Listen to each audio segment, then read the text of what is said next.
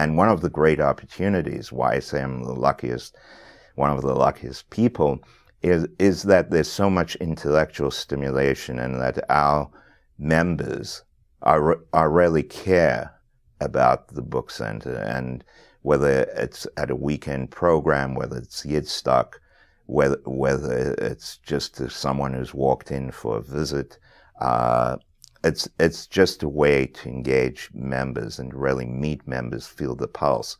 And when I go out, I travel a lot as well for the book center. So when I go out and meet members, some have never visited the book center, there's this feeling of walking in as a stranger and leaving as Mishpokhe, as family.